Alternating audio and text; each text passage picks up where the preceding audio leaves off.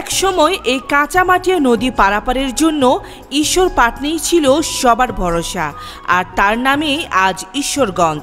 চলুন এবার শুনি এই এলাকার মানুষের নির্বাচনী জনমত। আমরা সবসময় চাই নিরপেক্ষ ন্যায়সঙ্গত বিচারক আসুক, এই দেশ শাসন করুক। এটা হলো আমাদের পরকালেও যেমন আমরা জবাবদিহিতা পাবো, আমরা নিজেও একটু সুস্থিরতা বোধ করব। এই যে ন্যায় অন্যায় জিনিসটা কিন্তু আমরা দীর্ঘদিন যাবৎ এটা অভাব বোধ করতেছি।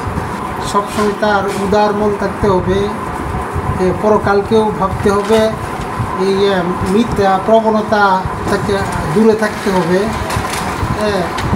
এইসব গুণ থাকতে হবে। জনগণকে সেবা দেওয়ার মতো মন মানসিকতা তার থাকতে হবে। একজন ভালো লোকই প্রয়োজন। সমাজকে উন্নতি করতে হলে, সমাজের ভালো চিন্তা করতে হলে একটা ভালো লোকের প্রয়োজন আছে। নতুন মুখ যে বলছেন, নতুন মুখ তো আসতে পারে, কিন্তু এদের আবার মাইন্ড কেমন হয় তা তো বলা যায় না। পুরান মুখ তো যাচাই করাই আছে, তাই না? যাচাই বাছাই করা আছে মানুষের। হ্যাঁ, তে আমি মনে করি যে পুরানই ভালো।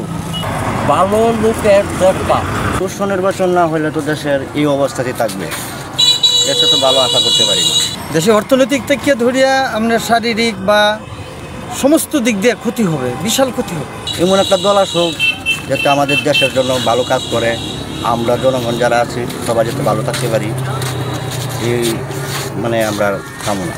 নিরপেক্ষ একটা ভূমিকা রাখার প্রয়োজন, যাতে কোনো দল বা কোনো ব্যক্তি জোর জল্লোপ না করতে পারে, এবং দেশে একটা সুষ্ঠু নির্বাচন হোক এবং সব দলই অংশগ্রহণ করুক। আমাদের জনগণ যাতে একটা ভোট দিতে পারে, এটাই চাই আমাদের। ভোট দিতে পারে একটা ভালো পরিবেশ হলে যেখানে হানাহানি থাকবে না, কাটাকাটি থাকবে না, দলমত নির্বিশেষে আমরা স্বাধীনভাবে গিয়ে ভোট দিতে পারি কেন্দ্রে, এটাই আমাদের চাওয়া পাওয়া।